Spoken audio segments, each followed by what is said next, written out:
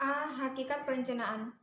Perencanaan pembelajaran merupakan proses penerjemahan kurikulum yang berlaku menjadi program pembelajaran yang selanjutnya dapat dijadikan pedoman oleh guru dalam proses penyelenggaraan proses pembelajaran. Perencanaan program pembelajaran pada materi ini yang akan dipelajari adalah yang pertama menjelaskan hakikat perencanaan. Kedua, menguraikan tahapan pengembangan program perencanaan yang dimulai dari menyusun alokasi waktu, menyusun program tahunan, program semester, pengembangan silabus, dan diakhiri dengan pengembangan rencana pelaksanaan pembelajaran atau RPP. Mengapa kurikulum perlu diterjemahkan? Sebab kurikulum yang disusun oleh para pengembang pada dasarnya hanya berupa rambu-rambu secara umum. Dalam kurikulum tingkat satuan pendidikan atau KTSP misalnya, di dalamnya berisi tentang standar kompetensi lulusan dan standar isi. Setiap mata pelajaran yang terdiri atas standar kompetensi dan kompetensi dasar yang harus dicapai. Selanjutnya, cara untuk mencapai kompetensi dasar atau strategi apa yang harus dilakukan, media apa yang dapat dimanfaatkan, berapa jam alokasi waktu untuk mencapai setiap kompetensi, termasuk bagaimana cara mengukurnya, semua diserahkan kepada guru. Sedangkan kurikulum hanya sebagai alat pendidikan dan dalam bentuk dokumen yang siap pakai. Menurut Robert Eger Sambaugh, tahun 2006 ada 4 bentuk perencanaan yang masing-masing membentuk sebuah siklus atau cycle, yakni perencanaan tahunan atau school year, perencanaan term atau grading cycle, perencanaan unit atau unit plan development, dan perencanaan harian atau daily lessons. Berikut ini adalah gambar siklus perencanaan yang ada di dalam gambar. Baik, yang pertama adalah program tahunan, merupakan acuan dalam menyusun program-program selanjutnya. Misalnya program semester dan program mingguan, bahkan program harian. Kedua, grading cycle, yaitu ditentukan set pelajaran beserta aktivitas siswa sebagai tujuan terminal atau tujuan antara. Ketiga, perencanaan unit pelajaran didasarkan kepada tujuan umum yang harus ditempuh seperti yang dirumuskan dalam program tahunan. Keempat, perencanaan pembelajaran untuk kegiatan harian. Dalam hal ini, perencanaan harian kegiatan belajar beserta tujuan pembelajaran disusun secara spesifik sehingga keberhasilan pembelajaran dapat dilihat seketika. Oke, jadi itulah pengertian perencanaan dan siklus perencanaan yang merupakan hakikat perencanaan itu sendiri. B. Pengembangan program perencanaan. Ada beberapa program yang harus dipersiapkan guru sebagai proses penerjemahan kurikulum, yakni program menyusun alokasi waktu, program tahunan, program semester, silabus dan program harian atau rencana pelaksanaan pembelajaran atau RPP. 1. Menentukan alokasi waktu dan kalender akademis. Menetapkan alokasi waktu merupakan langkah pertama dalam menerjemahkan kurikulum. Rencana alokasi waktu berfungsi untuk mengetahui berapa jam waktu efektif yang tersedia untuk dimanfaatkan dalam proses pembelajaran dalam 1 tahun ajaran. Berikut langkah-langkah yang harus ditempuh dalam menentukan alokasi waktu pembelajaran. A. Tentukan pada bulan apa kegiatan belajar dimulai dan bulan apa berakhir pada semester pertama dan kedua. B. Tentukan jumlah minggu efektif pada setiap bulan setelah diambil minggu-minggu ujian dan hari libur. C. Tentukan hari belajar efektif. 2. Perencanaan program tahunan. Program tahunan adalah rencana penetapan alokasi waktu 1 tahun ajaran untuk mencapai tujuan, standar kompetensi dan kompetensi dasar yang telah ditetapkan. Mengapa kita perlu menentukan alokasi waktu? Penetapan alokasi waktu diperlukan agar seluruh kompetensi dasar yang ada dalam kurikulum seluruhnya dapat dicapai oleh siswa. Dalam program perencanaan menetapkan alokasi waktu untuk setiap kompetensi dasar yang harus dicapai, disusun dalam program tahunan. Dengan demikian, penyusunan program tahunan pada dasarnya adalah menetapkan jumlah waktu yang tersedia untuk setiap kompetensi dasar. Langkah-langkah yang dapat dilakukan untuk mengembangkan program tahunan adalah: 1. Lihat berapa jam alokasi waktu untuk setiap mata pelajaran dalam seminggu dalam struktur kurikulum seperti yang telah ditetapkan pemerintah. 2. Analisis berapa minggu efektif dalam setiap semester, seperti yang telah kita tetapkan dalam gambaran alokasi waktu efektif. 3. Perencanaan program semester. 1. Pengertian perencanaan program semester. Rencana program semester merupakan penjabaran dari program tahunan. 2. Perbedaan program semester dan program tahunan. Program tahunan disusun untuk menentukan jumlah jam yang diperlukan untuk mencapai kompetensi dasar. Sedangkan pada program semester diarahkan untuk menjawab mingguan keberapa atau kapan pembelajaran untuk mencapai kompetensi dasar itu dilakukan. Ketiga, contoh program semester.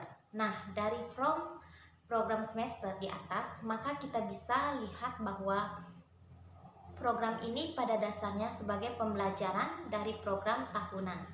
4. Penjelasan cara pengisian format program semester. Ada 3, yaitu A. Tentukan standar kompetensi SK dan kompetensi dasar yang ingin dicapai.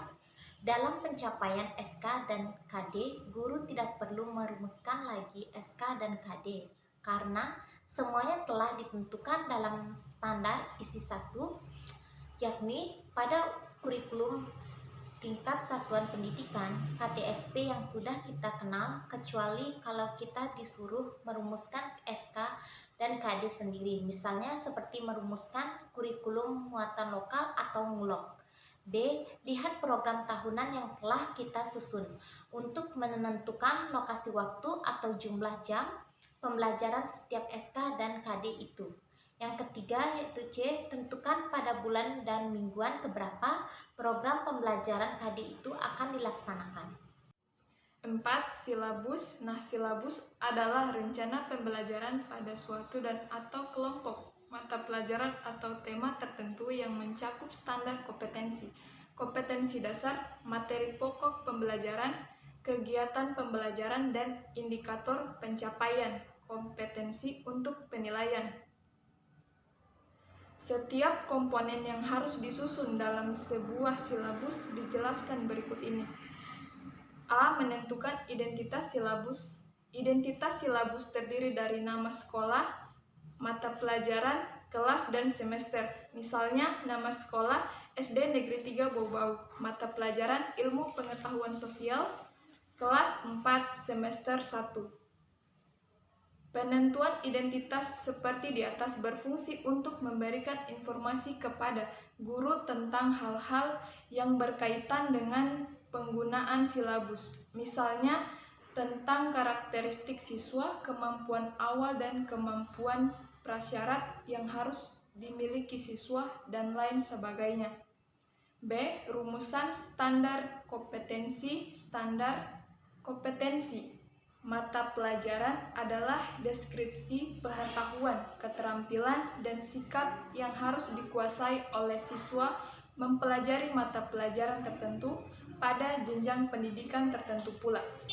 C. Menentukan kompetensi dasar. Kompetensi dasar adalah pengetahuan, keterampilan, dan sikap minimal yang harus dicapai oleh siswa untuk menunjukkan bahwa siswa telah menguasai standar kompetensi yang telah ditetapkan. Oleh karena itulah, maka kompetensi dasar merupakan penjabaran dari standar kompetensi. D. Merumuskan kegiatan.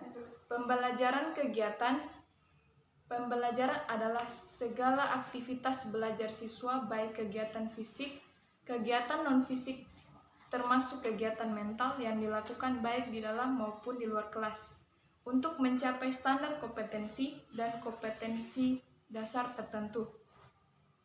Pembelajaran di dalam kelas misalnya kegiatan mengikuti diskusi, menyimak penjelasan guru, melakukan demonstrasi, melakukan eksperimen di laboratorium, dan lain sebagainya.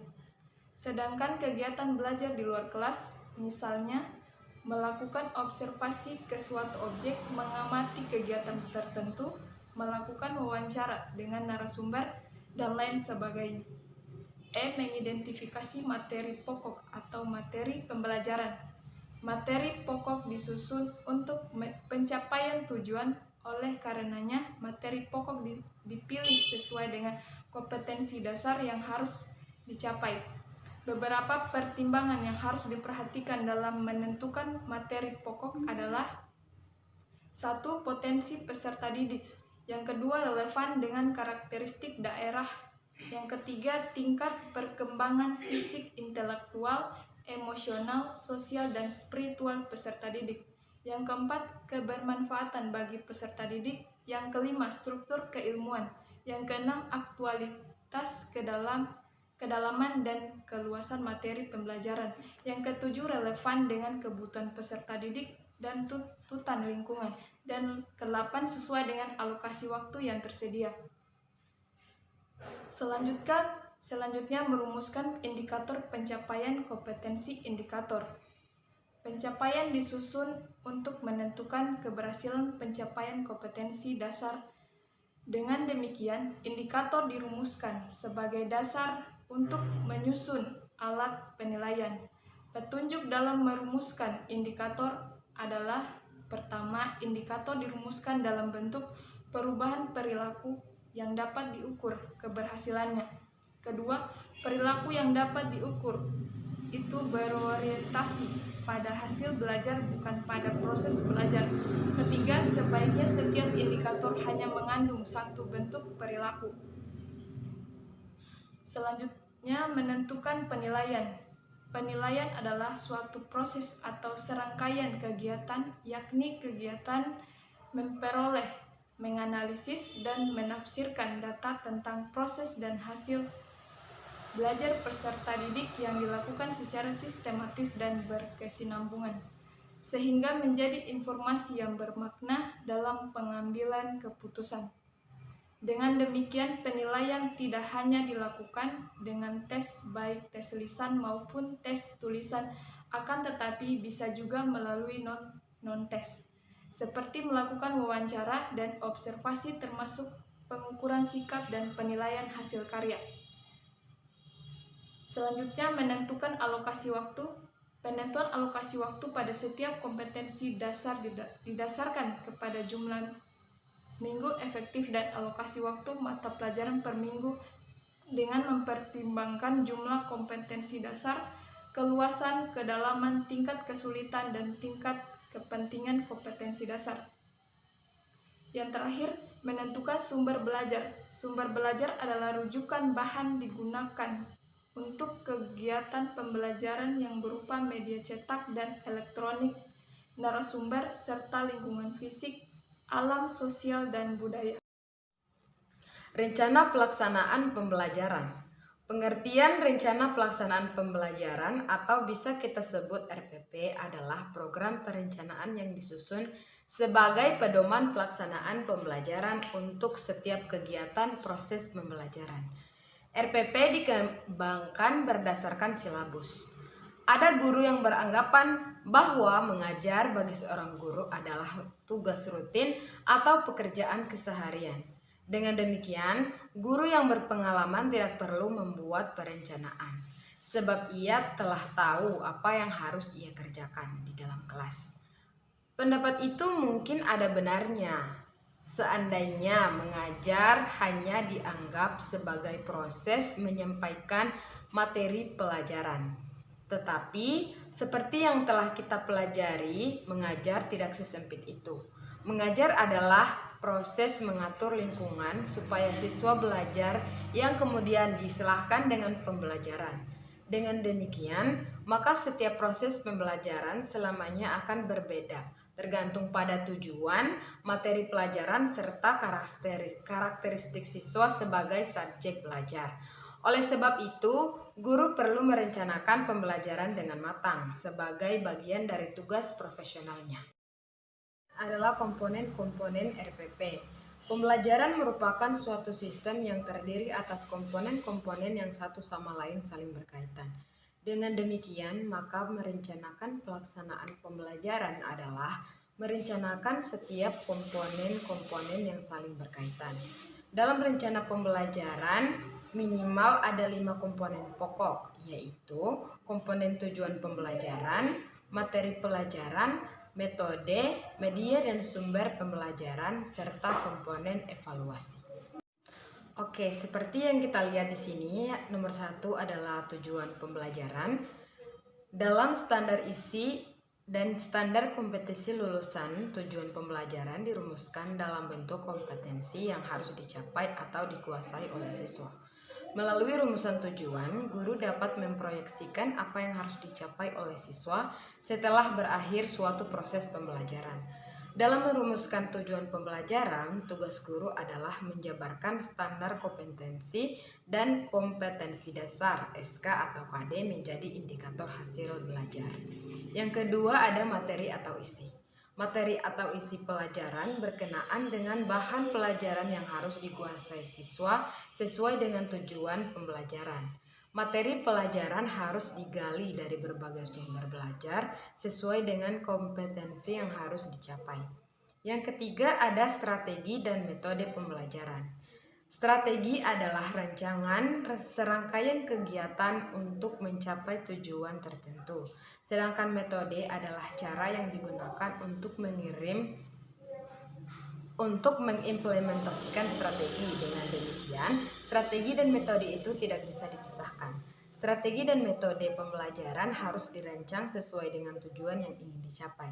Tujuan yang berhubungan dengan bidang kognitif berbeda strategi dan metodenya dengan tujuan dalam bidang afektif dan psikomotorik. Yang keempat, ada media dan sumber belajar. Media dalam proses pembelajaran dapat diartikan sebagai alat bantu untuk mempermudah pencapaian tujuan pembelajaran. Sedangkan sumber belajar adalah segala sesuatu yang mengandung pesan yang harus dipelajari sesuai dengan materi pelajaran. Penentuan media dan sumber belajar harus sesuai dengan karakteristik peserta didik dan karakteristik daerah. Suatu media dan sumber belajar yang digunakan tidak mungkin cocok untuk semua siswa. Yang kelima ada evaluasi. Evaluasi dalam KTSP diarahkan bukan hanya sekedar untuk mengukur keberhasilan setiap siswa dalam pencapaian hasil belajar, tetapi juga untuk mengumpulkan informasi tentang proses pembelajaran yang dilakukan setiap siswa. Oleh sebab itu, dalam perencanaan pembelajaran, setiap guru tidak hanya menentukan tes sebagai alat evaluasi, akan tetapi juga menggunakan non-tes dalam bentuk tugas, wawancara, dan lain sebagainya. Selanjutnya adalah contoh format rencana pembelajaran. Seperti yang telah dikemukakan di awal, perencanaan pelaksanaan pembelajaran atau RPP pada dasarnya adalah pengembangan dari silabus. Dengan demikian, maka apa yang telah dirumuskan dalam silabus menjadi dasar dalam penyusunan RPP. Di bawah ini disajikan contoh format RPP, yaitu mata pelajaran. Tuliskan mata pelajaran yang akan dipelajari oleh siswa. Terus ada materi pokok, tuliskan topik atau pokok bahasan yang harus dipelajari. Selanjutnya ada kelas atau semester, tuliskan untuk kelas berapa dan semester berapa perencanaan itu disusun. Ada waktu, tuliskan waktu yang dibutuhkan untuk mempelajari topik pembelajaran, standar kompetensi dan kompetensi dasar (SK atau KD) sesuai dengan standar isi. Oke, mungkin itu saja yang bisa kami sampaikan. Lebih dan kurangnya mohon dimaafkan. Wassalamualaikum warahmatullahi wabarakatuh. Bye-bye.